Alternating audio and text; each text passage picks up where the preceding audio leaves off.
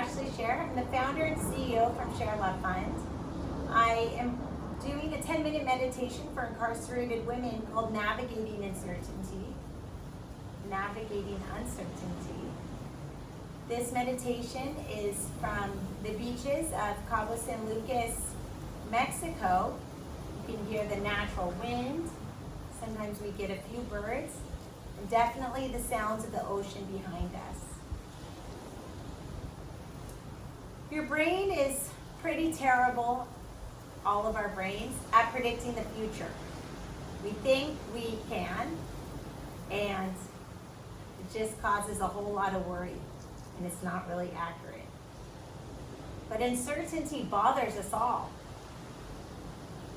So how do we get comfortable with it? Because getting all worked up is just wasting energy that could be used in better ways.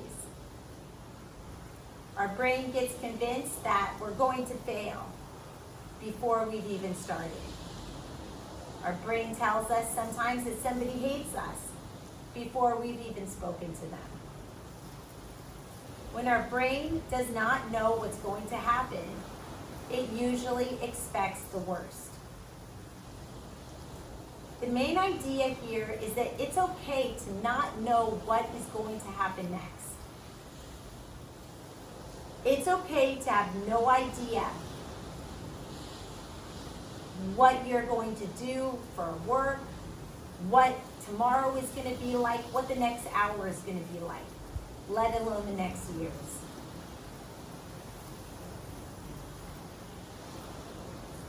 When we meet other people, so many of them had no idea that they would be doing this job or that their life would turn out in this way. So what makes us believe that we have a crystal ball of what our future is going to look like? When we meet adults, they'll often say, "Oh, I never thought I'd be here." For example, I never thought that as a lawyer, I would have turned into a philanthropist, giving meditations from the beach of Cabo San Lucas to incarcerated women. I would not have been able to predict that ever, and it was a result of COVID that led me on this path.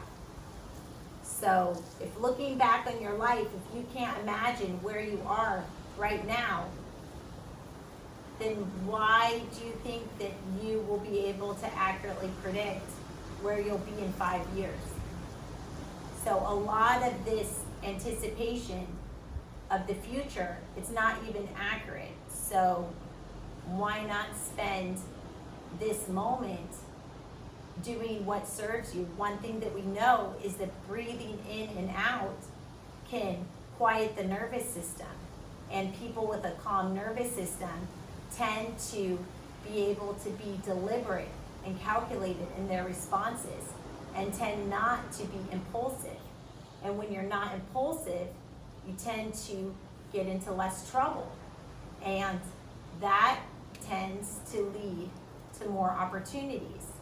So just taking it one step at a time seems to give people better overall results. So by getting comfortable with the uncomfortable, like yoga teaches us, accepting that uncertainty exists. Like, uncertainty is there. It's a big question mark what the future is going to be like. It's a big question mark, and nobody likes that. And if you don't like it, then that's totally normal, because a lot of people have a big problem with the big question mark of what the future is. And that's okay to not like it. And it's okay to feel uncomfortable about it. And maybe your time might be better spent focusing on things you can control. Like, in the meantime, maybe you can do a forward fold every day and reach the goal of touching your toes. And the things that are out of your control, they're out of your control. So focus on the things that are in your control to make them go your way. I'm not saying do nothing. I'm just saying pick and choose. Like, we can't change the weather, so let's not worry about the weather. But maybe you can change whether or not you're going to get a good night's sleep tonight. And maybe you can get a better night's sleep by meditating or exercising, maybe doing sit-ups, doing squats, really burning off negative energy before bed. Maybe you can get a better night's sleep doing that, and maybe, that's what you focus on. So in navigating uncertainty, we're really talking about letting go of the feeling of trying to change things we can't change. And we're not saying to not do anything, we're just saying focus your attention on the improvements that you can make. So let's start by taking a few deep breaths together. You can breathe in through the nose and out the mouth, or however feels comfortable.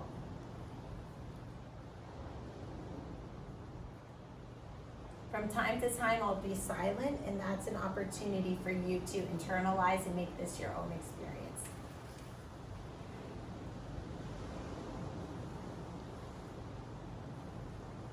As you breathe, think about changing your relationship with uncertainty. Like, you're meeting uncertainty for the first time, and you're approaching it with a curiosity, a wonder, a sense of adventure. Letting it inspire you, like a blank canvas that you could paint any picture on. Reintroduce yourself to uncertainty, like, hi uncertainty, my name is whatever your name is. And I used to not like you because you bothered me, because you made me feel scared, because I used to expect the worst. But now I'm going to take away my past judgments from you, and I'm going to meet you with curiosity. I'm going to try to not expect the worst. Like, the worst thing is just as likely as the best thing. So generally something in between will happen. But I don't know. So I'm going to approach you like an exotic flower with curiosity. Like, maybe poke at you a little bit and be curious about you. And you start to feel scared. Try to replace that feeling with a curiosity and wonder. When you approach things curiously, you are not attaching to them. You are observing those things. And you're creating some distance, which helps you be objective. And then you're also setting yourself up for success in order to respond instead of react. You're getting yourself out of the mix.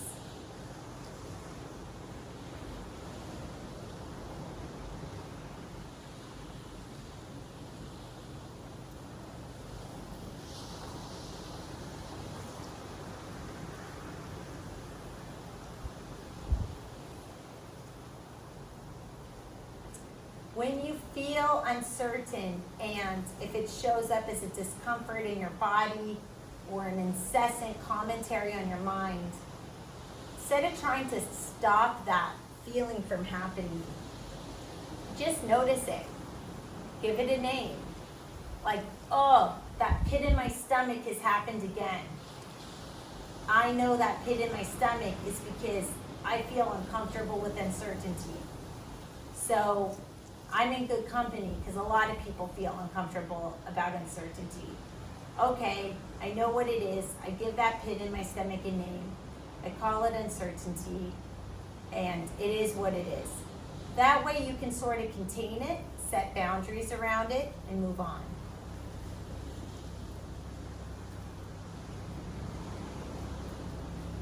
You can think of these sensations of uncertainty as just something to notice.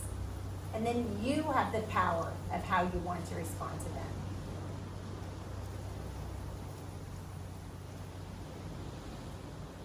Now take a moment to pay attention to your senses, how you feel right now.